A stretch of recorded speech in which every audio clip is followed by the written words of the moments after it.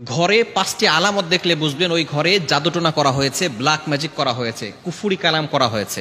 যদি আপনি ৫টি আলামত দেখেন তাহলেই মনে করবেন ঘরের ভিতরে ব্ল্যাক ম্যাজিক করা হয়েছে। বিশেষ করে আমাদের একেবারে কাছের মানুষ, রিলেটিভস যারা আছে, তারাই কিন্তু আমাদের উপরে ব্ল্যাক ম্যাজিক করে থাকে, জাদুটোনা করে থাকে।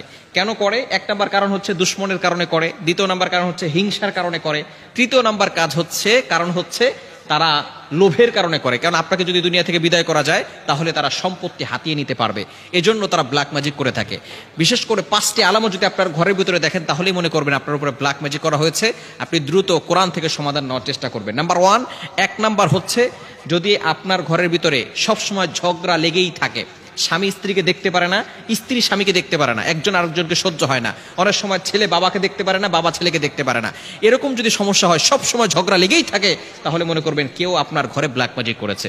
২য় নাম্বার হচ্ছে সবসময় অসুস্থতা লেগেই থাকে, অসুস্থতা সরেই না, বাবা অসুস্থ হয় একবার, মা অসুস্থ হয় একবার, সবসময় তাদের অসুস্থতা লেগেই থাকে, তাহলে মনে করবেন যে কেউ আপনাদেরকে ব্ল্যাক ম্যাজিক করেছে। ৩য় নাম্বার হচ্ছে প্রাপ্তবয়স্ক হয়ে গেছে, বয়স হয়ে যাচ্ছে কিন্তু বিবাহ হচ্ছে না। অনেক মেয়েরা এরকম ফোন দেয়, হুজুর অনেক বয়স হয়ে গেছে কিন্তু বিবাহ হচ্ছে না। এটা কিন্তু জাদুটোনা ব্ল্যাক ম্যাজিকের একটি অন্যতম লক্ষণ, স্পষ্ট লক্ষণ। এই জন্য অবশ্যই সতর্ক থাকতে হবে।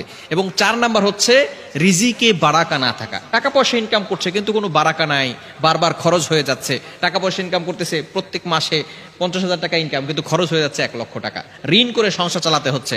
রিজিকে যদি বারাকা না থাকে তাহলে মনে করবেন যে আপনাদেরকে কেউ জাদুটোনা করেছে, ব্ল্যাক ম্যাজিক করেছে। ৫ নাম্বার হচ্ছে ঘরের ভিতরে অস্থিরতা কাজ করে, দম বন্ধ হয়ে যায়, ঘরে থাকতে ভালো লাগে না।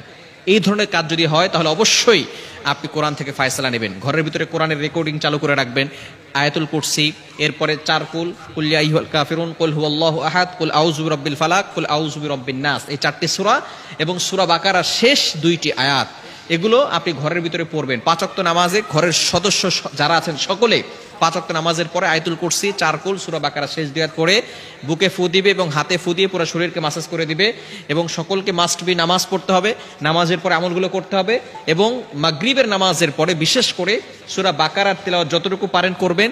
যদি পড়তে না পারেন তাহলে কোরআনের রেকর্ডিং চালু করে রাখবেন ইনশাআল্লাহ। তাহলে আস্তে আস্তে এই জাদুটোনা দূর হয়ে যাবে। এবং বিশেষ করে ঘুমানোর সময় সকলে ওযু করে ঘুমাবেন এবং এই আমল করে শরীর বন্ধ করে তারপরে ঘুমাবেন। যদি এই ৫টি লক্ষণ দেখে থাকেন তাহলে অবশ্যই আপনি সতর্ক হয়ে যাবেন এবং বিশেষ করে কোরআনের তেলাওয়াত করা শুরু করবেন। যত বেশি কোরআন তেলাওয়াত করবেন তত বেশি এই কুফরি কালাম থেকে আপনি বাঁচতে পারবেন, জাদুটোনা থেকে বাঁচতে পারবেন। বিশেষ করে আমাদের একেবারে কাছের মানুষগুলোই কিন্তু ব্ল্যাক ম্যাজিক করে থাকে, জাদুটোনা করে থাকে এবং জাদুটোনার মাধ্যমে কিন্তু একজন মানুষ অসুস্থ হয়ে গিয়ে দুনিয়া থেকে বিদায় নিয়ে নেয়। এজন্য অবশ্যই আমাদেরকে সতর্ক থাকতে হবে এবং এই লক্ষণগুলো দেখলে সাথে সাথেই কিন্তু আমরা বিশেষ করে কোরআনের দিকে চলে আসবো, আয়াতুল কুরসি, ৪ কুল এগুলো পড়বো। আল্লাহ তাআলা আমাদের সকলকে এই আমলগুলো করার তৌফিক দান করে।